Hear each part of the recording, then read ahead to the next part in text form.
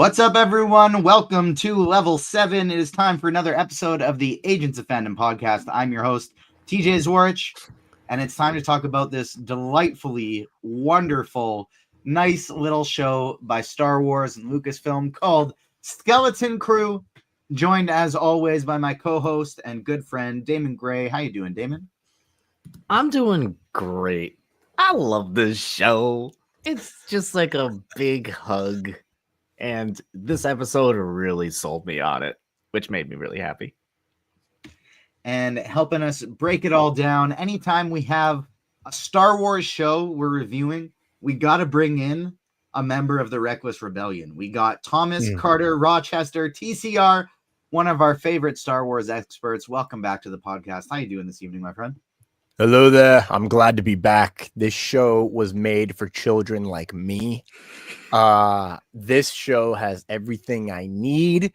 I'm just waiting for that random lightsaber at the end of the series. Like, I feel it coming. They say it's not there, but I don't know about that. The way they've unraveled all these mysteries, and they're just like, by the way, if you thought this, you're right. Dude, I'm glad to be back. Good to see you guys. I listen to you every week, so it's kind of different seeing your faces and your lips move at the same time that my ears hear it. It's nice. It's good to be back. I'm ready, man. Like, I was born for this show. It's unfortunate I didn't get cast in it, but it's fine. Skeleton Crew will finish with the last episode. Neil will return in The Mandalorian and Grogu in theaters. I do have a theory about that, so I can't wait to hear about it. If you are joining us live, or if you're joining us after the fact on YouTube, smash that like button, subscribe, hit the notification bell. We got lots of great content dropping over the next bit. You don't want to miss out on any of it. We got Skeleton Crew and Creature Commandos live shows dropping every single week. We're going to be doing the same for What If. They're dropping their episodes daily, so we'll do it a couple chunks at a time. But we got some really fun interviews lined up for What If. Some Marvel creators, some behind the scenes people, hopefully some of the voice cast for What If as well, just kind of dotting the I's, crossing the T's on that one. So make sure you smash the like button, subscribe, hit the notification bell. We want to build this community, get it out in front of as many eyes as possible, battle that YouTube algorithm, and we want to make sure you don't miss out on any of these great shows. Yeah. Before we talk Skeleton Crew, I want to have another edition of Whatcha Watchin. Let the live viewers creep in here a little bit. And I got to admit, although I want to Whatcha Watchin, we talk about what we're reading and what we're watching on TV outside of work. But I must admit that my portion of the show, I haven't been watching anything because it's been work, it's been parenting, and a whole lot of Marvel Rivals. Anytime I am not working or parenting, I have been playing this game. I'm enjoying it so much. Playing with some Punisher, with some Jeff, some Luna Snow, some Mantis, some Venom. I got a few people that I just like rotating around now, and I'm enjoying this game so much. Damon, I know you've been playing a little bit as well. What you been watching? Not much. I've been playing a lot of Marvel Rivals with you as Jeff. And it's, oh man, I'm just going to get on a soapbox right now and just say, I love the fact that there are literally hundreds of thousands of people worldwide right now learning and loving and sometimes even hating with a very great passion of Jeff the Land Shark. And it makes me so freaking happy because I've been saying this for years. TJ, you know I've been saying this for years, plural, that Jeff the Land Shark is Marvel's baby Yoda. If they just utilized him, if they just pushed him out to more people, and this sliver of Jeff, which is a completely different version of Jeff than like what I'm accustomed to. He's more dog-like than cat-like, but just that little sliver of it in the world, the whole world has embraced and loved this little shark puppy with legs, and it makes me so happy. And yeah, we need more Jeff. I need a Jeff animated short series on Disney Plus. I need Jeff to make his way fully into the MCU. I need more Jeff. And one plug, we've interviewed the creator of Jeff like 3 times on this channel, Kelly Thompson, and every single time we have talked about Jeff. So go check those out. People either love Jeff or they absolutely hate Jeff if they haven't figured out how to use the character yet. But it's like Kelly said on Twitter, sounds like a skill issue because this character is so much fun to play with. I love it. So good. What about you? What have you been watching? I'm trying to think of things I've actually watched because I too have been playing video games. But it's been Madden Ultimate Team. I made it's a Thanksgiving tradition where it's like, oh, I've kind of run out of things and we don't have a lot of shows this week. Well, I guess I'll play some Madden. And I started out with a 68 overall team, and by Thanksgiving it was an 85, and it is now a 90 because I grind Madden Ultimate Team like a boss. You got to know how to do it right. And this year, instead of buying crap, I'm just saving up all my coins. I got a 500,000 of coins. It never happens. I'm crushing it. It's been great. I'm at the point where all the challenges are done. So I switched over to Marvel Rivals this weekend. I taught my girlfriend Madden. That's what I did this weekend, guys. I taught my girlfriend how to play Madden. I was just such a happy little coach sitting there, staying up till like midnight. And I'm like, no, run a slant right here. Why? Because it's the coverage. Trust me. I'll show you on the replay. Fantastic times. I played some Marvel Rivals. It's very hard. Someone called it Overwatch. And as an old man who doesn't game like that, I was like, okay, what's that? And they're like, it's kind of like Fortnite. I was like, thank you. A game that I once played with my nephews until they bullied me out of playing it because they were sweaty as the Gen Zs or Gen Alphas, or they're literal teenagers. So I don't really know what they are anymore. Gremlins. They bullied me out of it. I played as Jeff in the I went into the practice mode to just figure out the characters and feel it out and be like, who do I like? Who do I not like? So far, the character I enjoy playing the most, Wanda, because she actually does real damage on her basic attack. So it's been fun. I still play versus the AI, and I've only won a single match. That's a sad story. I don't know what I'm doing, but it's not like it used to be growing up. Let me tell you that there, folks. I have some complaints about the game. All right. A, Thor should fly. What the hell? B, when you swing the hammer, it says it's supposed to launch out, but it doesn't automatically do that. And there's no directions on how to launch and like fly ahead and just beat the crap out of Let go people. of the button. I did that and nothing happened. He just stopped spinning and I went, what? That's it. I'm just like, hold on now. Something's broken here, but there was a patch today. So maybe they fixed it on my end. B, there are 0 instructions pre-game. You have to be in the game and hold the up button. That's not awesome. You got to like cater to us old folks, man. I got gray hair all in my beard that's hidden through the lights right now. Guys, I'm used to Madden. All right. Just like make it easier, make it more buttony. And sprint. Where's the sprint? That's my biggest complaint, actually. Just let me sprint. It doesn't move fast enough. As the wise Kelly Thompson once said, that sounds a lot like a skill issue. 100%. Yeah. Except the sprint. Let us know if you want us to do some stream of Marvel Rivals. Maybe we can convince TCR to join with us, and we'll have some laughs. We'll have some fun. Let us know on socials at Agents Fandom on TikTok and Twitter, Agents of Fandom everywhere else. And let's dive into some pre Star Wars, pre Skeleton Crew. I have one more Marvel related thing I want to talk about. Chris Evans is coming back in Avengers Doomsday. What the heck is going on here, guys? Is he coming back as Cap? Is he coming back as someone else? Is he the Human Torch? Is he Captain Hydra? Yeah. What is going on here, Damon? What's going on is this is literally what we all knew was going to happen. Why are we reacting like this is a surprise? We knew this was the second that 100%. we're like, oh, we're getting Secret Wars. It's like, cool, everyone's come back. At least in like a small part. They maybe won't be their original character or whatever, but like they're coming back. So yeah, he may be coming back as like a Captain Hydra type of character. That's fine. If we're doing like a big like Doom assembles his evil team, sure, whatever, that's fine. Or is he just gonna come back and like be old man Cap and die? I don't know. But yeah, he's coming back. I'm not surprised. I have wanted the Masters of Evil since 2010. I need that to happen, and it makes even more. It'll hit the nostalgia factor for a lot of people to see those actors come back as a slightly evil version or an evil character that's slightly like theirs but different. So I mean, imagine Cap coming back as like Helmet Zemo, right? Like different level Zemo, full mask, sword, the fur, but really it's Hydra Cap. Come on, I need Hydra Cap in my life. I never thought I'd say that. Remember when that came out in comics and it was just everyone freaked out. It was awful.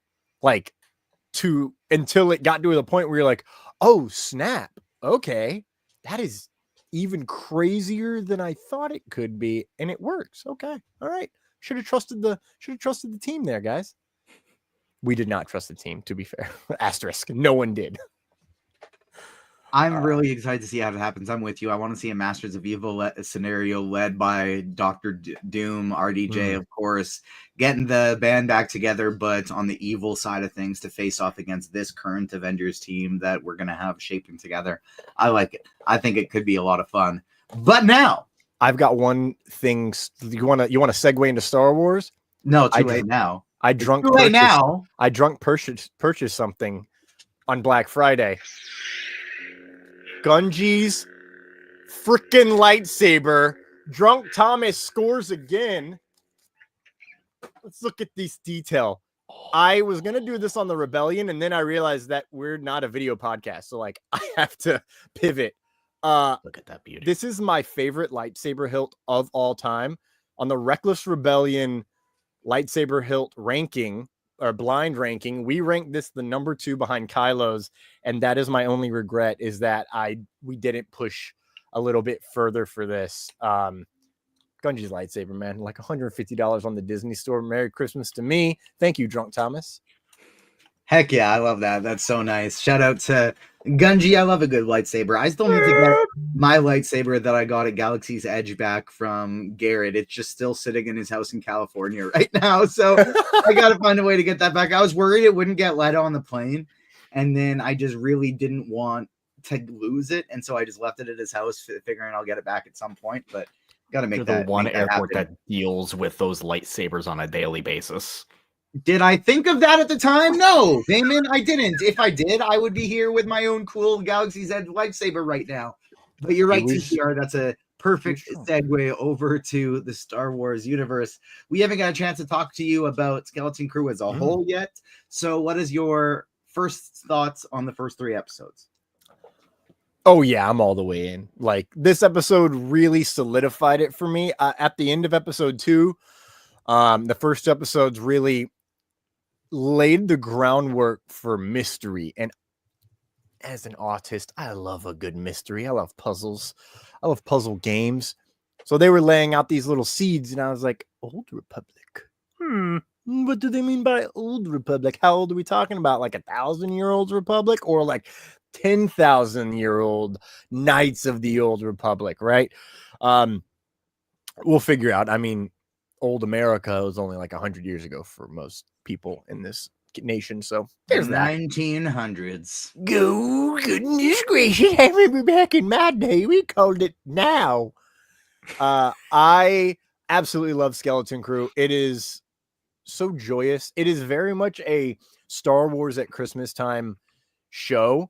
And it's really working for me. I wasn't sure for a long time. I was like, do I care about this show? And then I saw some stuff, heard some things. I'm like, this seems fun. I'm actually excited to see this. Like, this feels like a great opportunity to do something new, which is not what Star Wars likes to do. So that's great. And then watched episodes 1 and 2. Fantastic. Had a great time. Loved talking about it. The Mystery of the Old Republic. This week, it was like, this show is made for you. Shut up and wake up and watch it. I mean, I feel at the end of this episode, it ended, and I was like, dude, I don't want to wait another week for Skeleton Crew. I need it right now in my brain. Please, Disney Plus, call me. Went off the rails at the end. I was just waiting to make sure it was such a beautiful song. I didn't want to cut you off, so I had to just like wait, make sure I gave it its moment to breathe. So I needed to hold space for the lyrics of the song that you just made and really, really give power to that. Damon, we spoke before the series started, and I got to watch the screeners after the social reaction embargo lifted. I said, I think you're going to really like this show. Episode 1 and 2, you're probably going to like. Episode 3, it's going to hook you. I've been so excited to talk with this specific crew about episode 3. What were your thoughts? Oh man, I love this show. This show has exceeded all expectations for me. I went into this just being like, yeah, here we go, another Star Wars show. Seems to be like more of a family-centric Star Wars show. I didn't realize how like piratey this show was going to be. I know we all expected Goonies, but I didn't really fully expect it would be like so headfirst into like Star Wars does pirates. And it's just, it hits in all the right places.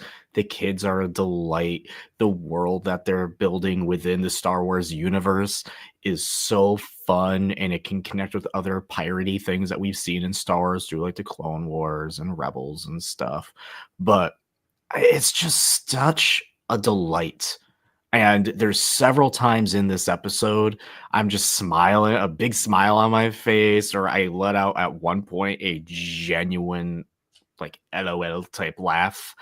I just love it. I whooped multiple times. I whooped hard.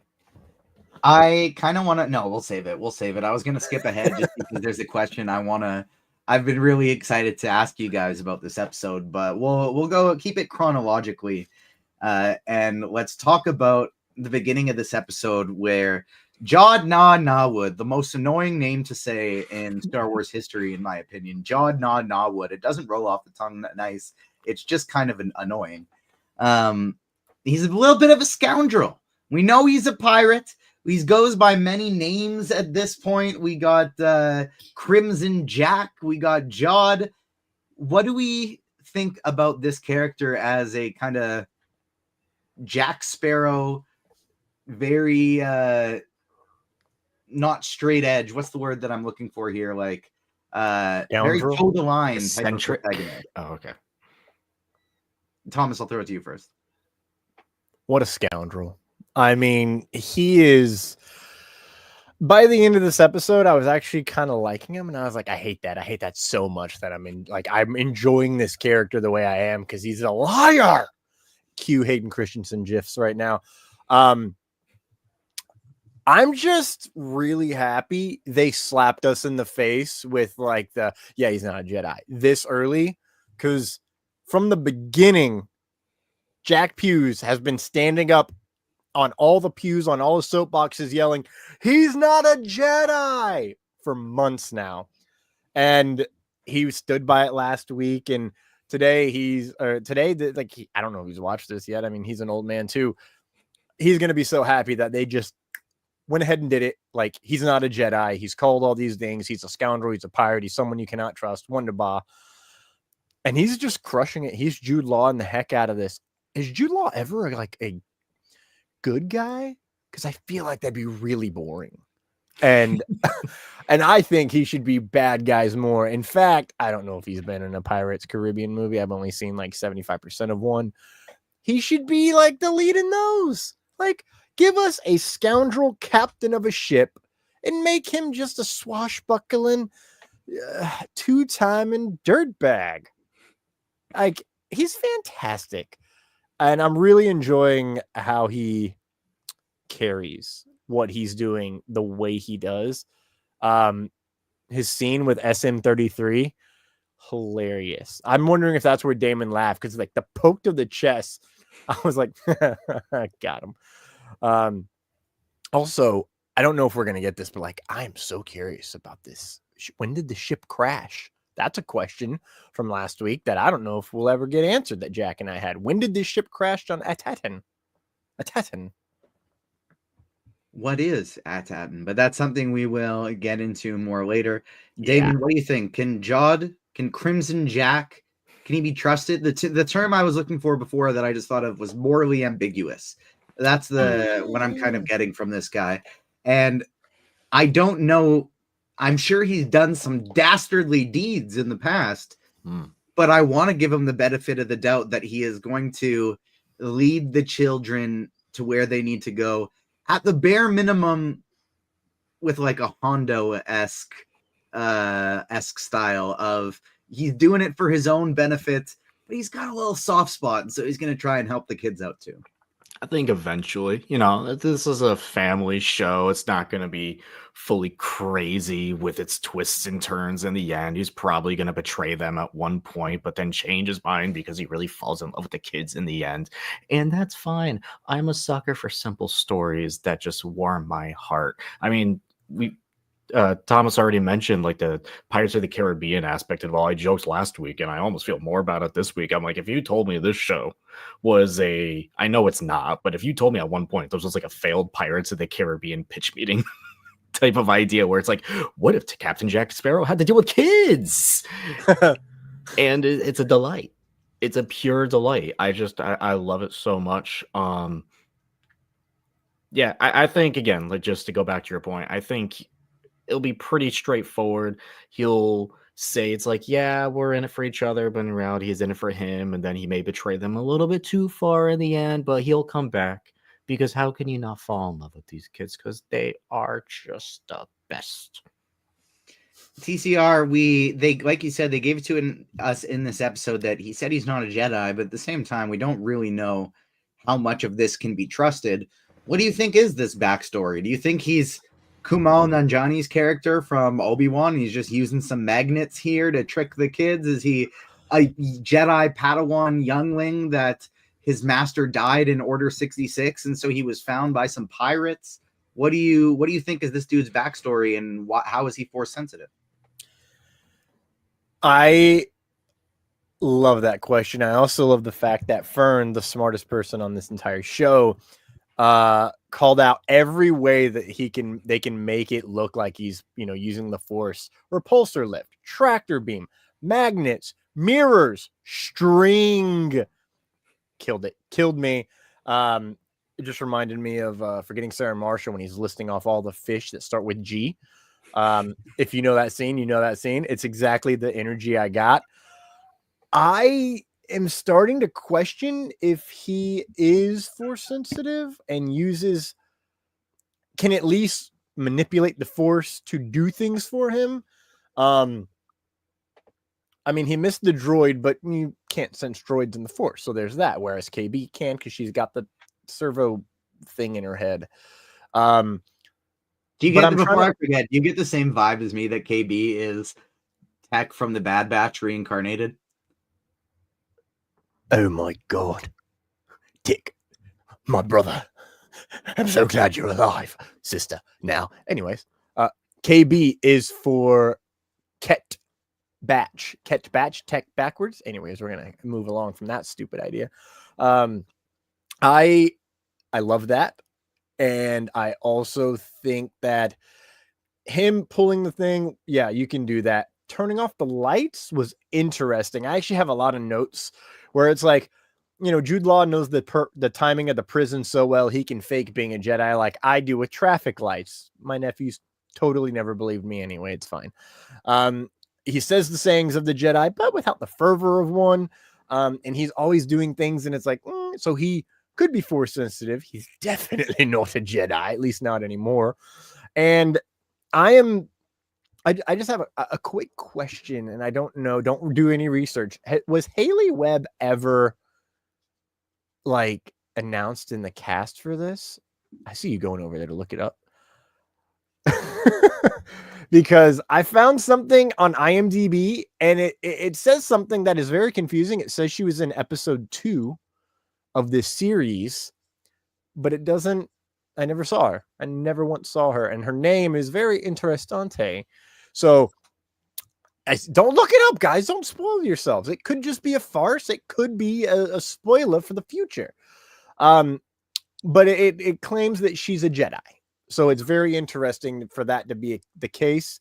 Silvo is not to be trusted, or Crimson Jack, or Jod, stupid name Wood.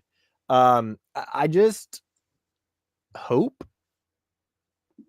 that his backstory makes me feel something. I don't know what I want to feel when we get his backstory, but I want to feel something.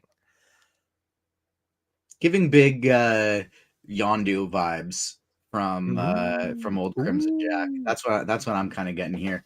He ain't your daddy. Damon, talk me through the fight sequence, because you were just laughing the whole way through when we were getting Crimson Jack and Smee SM-33 rolling through all of these pirates and trying to make their way out of there. I mean, like I said, this is going a little too easy. Like, Fern said exactly what I was thinking. I was like, they're going through. I'm like, nah, this is too easy. And maybe that's because I do actually believe he is force sensitive, and he knows how to manipulate it in a certain way, but maybe not to perfection. Yeah, the one bit, just so Thomas knows, the thing that actually got the biggest laugh out of me this entire episode was when he was like looking through the droids, and they ran to the battle droid, and he turned around and was like, "Did we win the war?" Like, that got a really good cackle out of me.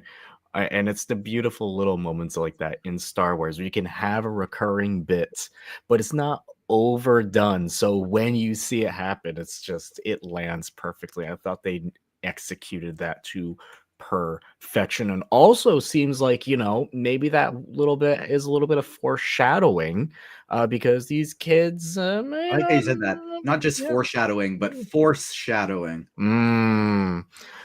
So the little action scene where he's like kind of going through and eventually has to hyperspace off while on the fuel line. Delight. Absolute pure comedy, Star Wars, over the top cheesiness, just chef's kiss. That's the type of stuff that reminds me of, like, I know a lot of people say, like, the Star Wars of my youth, but like those moments that are just so over the top, and you're like, yeah, sure.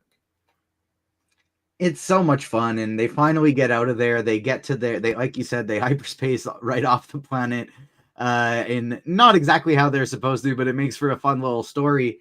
And then we get to the beginning of the mystery of Attin, where nobody knows how it is to get to this mysterious planet that they live on. It's called there's eternal treasure there, and it's a planet of myth. Before we get to where it is located and how it is hidden, that we learn a little bit about towards the end of this episode, what do we think the great work is? Because none of these freaking kids have any idea what their parents do for a living. They're analysts, and that's all they got. They don't know what they do. Thomas, you got some ideas. What is this great work, and how is it connected potentially to the eternal treasure that is on Attin? The great work is a very fun 3 words for us High Republicers. Not me out here just loving the chance to bring up Lena So, our queen and savior, because we're all the Republic, right, Damon? Yeah. I am questioning what this great work that they have is. It is very intriguing that we have an entire series of books based around the great works of one chancellor, and it is we're about 250-ish years post. Actually, that's bad math. It's about 200, and it's about 250 years, give or take, plus or minus. We're rounding here. After the High Republic, so the Old Republic could be the High Republic, except people in this era would still call the High Republic the High Republic, which means the great work must have started and came from the Old Republic that Lena So then decided to utilize that, because the nostalgic feeling of calling something the great work comes from the great work at Attin is obviously money laundering. I mean, it's super obvious. It's definitely not dark at all. It's probably not mines underneath where they have slaves. Hopefully by now, droids, that'd be great. But I feel with the droids, it's very Nazi vibes, so I have no trust whatsoever in anything going on in Attin at the hierarchy, at the top, because absolute power corrupts absolutely, especially when 1 of 9 hidden planets are dead. Dead, TJ. Oh, also, really fun fact. I mentioned this last week. I've had this theory that Earth is actually in the same galaxy as Star Wars, but humans have been banished to live here on Earth because of our deeds back in the day during Palpatine's era, because of all the racism, because, you know, that's what Palpatine does. That's why I believe there was Thrawn and maybe 1 or 2 other aliens that were actually in the Imperial force that were higher up. So I believe Earth is that. So at Attin, with their barrier that hides them from the world and they can't really get out, we're on Earth. We have the eternal treasure. We got to find the city of Atlantis. And that is my great work. But I don't have any faith in the great work that's going on this planet. I'm nervous to find out how bad everyone's, you know, they're just lying to children at this point. Damon, yeah, like Carlos says, the great work is spreading Scientology across the galaxy. You know, that's good. That's a good one. Damon, what do you think is going on with this planet? Aside from where it is and how it's been hidden, what do you think it is that these parents are doing that? I mean, I think it is kind of classic that just like kids with a complicated job, they're never actually going to know what their parents does. Like after my mom stopped being a high school principal and just switched to like educational consulting, I had no idea what it is. She actually did. And so that actually checks, but I think there's more to it with these kids. What did I say last week, TJ? I don't remember. You don't remember? This is going to be a recurring bit, and I'm hanging on to this recurring bit for all of the show. This is not a real planet. This isn't real. This is the lost city of El Dorado, except it's not. It's not really at Attin. It's a place that they called at Attin. That I am sticking my flag in the ground on that one. And they're clearly working for some sort of first order remnants of the Empire type thing, because it's looking real sketch. But the fact that it's like they had that one scene right before they kind of took off. It was like the night sky, and you saw like these like red lights kind of weird in the sky. That just seems so artificial, which is why I'm saying it's not a real planet. Like maybe it's like, you know, that's not a moon type of thing. There's something weird going on here, man, and I don't like it. That's why it's another reason why I don't think it's really a planet, especially in this episode, is because they can't find it. It's not like because it's artificial. These red green lights that we're seeing in there, what I wonder is that perhaps a barrier meant to keep the planet hidden? And the reason I think that is because when we go back and we meet Kim, the little cat owl that that Crimson Jack brings them to cat meet. Owl parrot, very parody vibes too, because it's piratey, TJ. Yes, of course. But she gives the kids a warning to stay away from him. She sells him out, and they have to try and run to escape. He admits he's not a Jedi, all of this, but while they're there, before they have to escape, she tells them that Attin is a hidden planet, and she says, from the Old Republic. Yeah. And so I'm not as versed in High Republic stuff as you guys are, but I do have to wonder, are these a working planet from the High Republic that has just been kept secret all this time, and somebody is utilizing them for probably like first order purposes, maybe without even them noticing it, because they don't know their whole world has blown up from things shooting out of hyperspace lanes. Dude, they're still learning about Alderaan. This is giving like pure Fire Nation type of thing, where it's like they're stuck at this period of time that is from decades, maybe like eons ago. The whole thing is just weird, dude. Is it a High Republic planet that doesn't know the High Republic is over? It could be older than that, to be honest with you.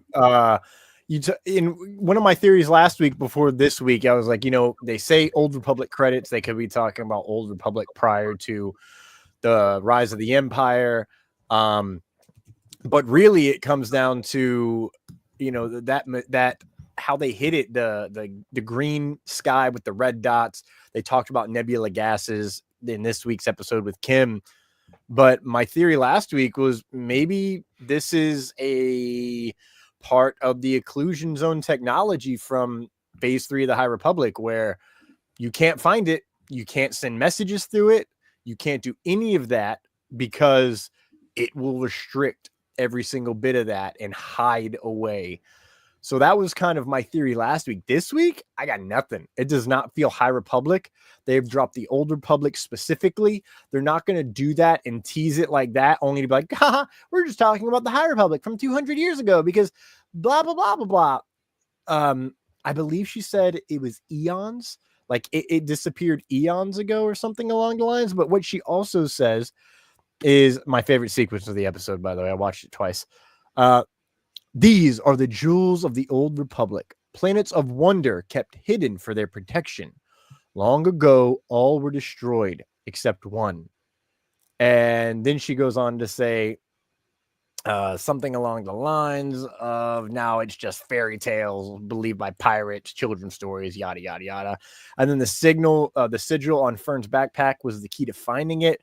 Palmarish numerals used in Proto-Republic artifacts is what helped solve this. That tells me we're at least 1,000 years ago. I'm talking like Lord Bane era. Like that's something I've been waiting for. But it would be even crazier if this was like 10,000 years ago. Like if this planet originated 10,000 years ago, along with the rest of the jewels of the Old Republic, and the reason that they died were the Jedi Sith wars because the Sith would find them. And they would go save them, and they couldn't. Damon, any theories of how what era of past Star Wars this could connect to? Old. Very old. Very, very, very old. I mean, like the fact that they even mentioned, they're like, oh, well, can we contact the Republic, the parents, right? When all the safety droids are around, they're like, oh, can we contact the Republic? And they're like, no, we can't do that. And I'm like, see, because you're hiding something. There's some weird, like, that's why, like, I don't know how old this goes. Like, I really don't. And I'm very curious to just see, like, what levels of evil is kind of running this entire society. Thomas, any final thoughts from the episode? I just really want to hammer home how incredible I think Jon Watts is at directing younger talent. I think he legitimately may be the best in the world at doing that right now, from the Spider-Man movies to what I'm seeing now in Skeleton Crew, where these just feel like kids being kids. I'm not even tired. And they just fall right asleep. The way the kids are just so pissed off that they're not included in the getaway until they realize they get to shoot the pew pew guns. And then as soon as they realize they get to shoot the pew pew guns, they are so freaking excited. That's my biggest takeaway, is how true and genuine it feels to kids being kids, how great Jon Watts is at giving us that type of chemistry. Thomas, how do you think, we've talked about how this could connect to past Star Wars, how could it connect to future and present Star Wars that we are seeing right now? This is essentially set at the exact same time as the Ahsoka series. Will this connect? Like when the X-Wings arrived at the end of this episode, I was basically expecting to see Carson Teva? Yeah, Carson Teva pop in there, and hopefully even Zeb, you know? I would love if the type of connection we get in this show is a couple episodes in, they meet Hondo, they get some pirate activities with Hondo, then that has them running into the Rangers of the New Republic, and so Carson Teva and Zeb interact with them, and we get a little Zeb and Hondo reunion. That would be maybe Ezra's trying to. Oh, you're going too far with hanging out with Zeb because he doesn't know what else to do now that he just got back. He's trying to find his way, so he's with the Rangers of the New Republic. He's busy raising his son, Rada. You know what I'm saying? Like, he's got to keep him buff. You know, he's got to teach him how to cook stuff.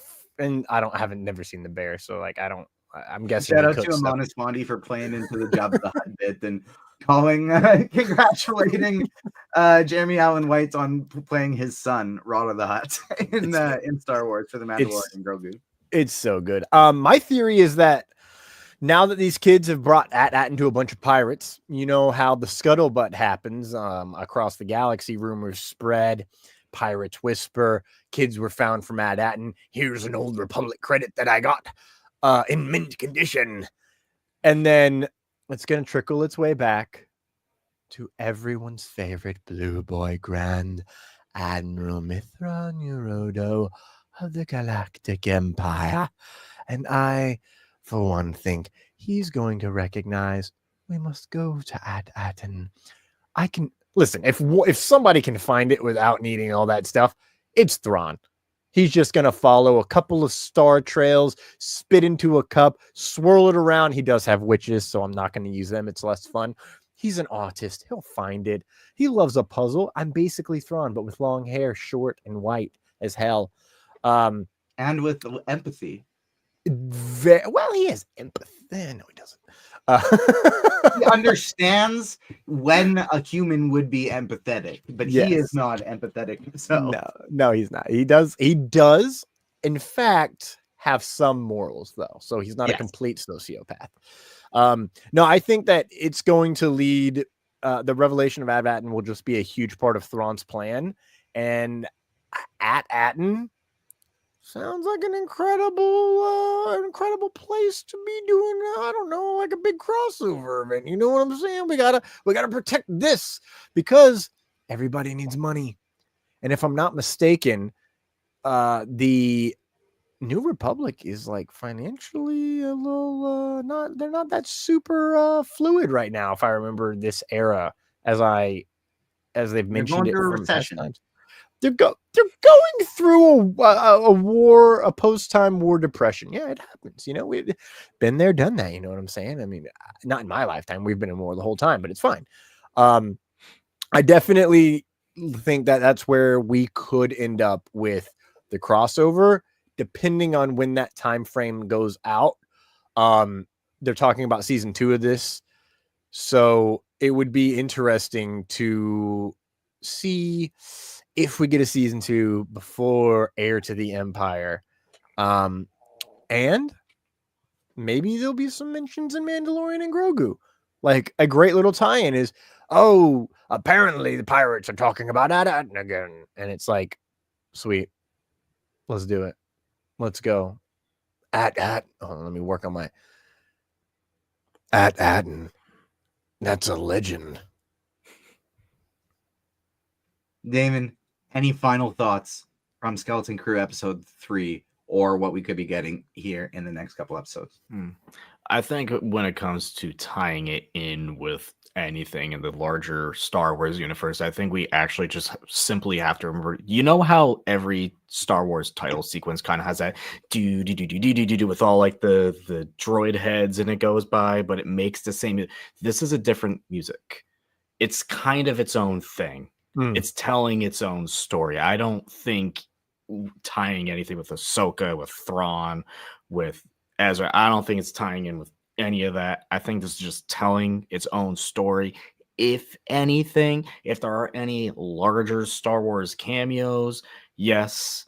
Our good friend Uncle Iroh, who's a Ranger of the Old Republic, or Ranger of the New Republic. I was kind of expecting him to pop his head out.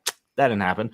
But if anything, I would be like, yeah, Hondo is kind of like the running favorite here because it's one that hardcore Star Wars fans know. A general Star Wars fan who goes to Walt Disney World or Disneyland a lot knows, right? So it's a character that like a decent amount of people know, and they've done them all get up when they announced that they open the land, so they have the makeup for them. They could do that.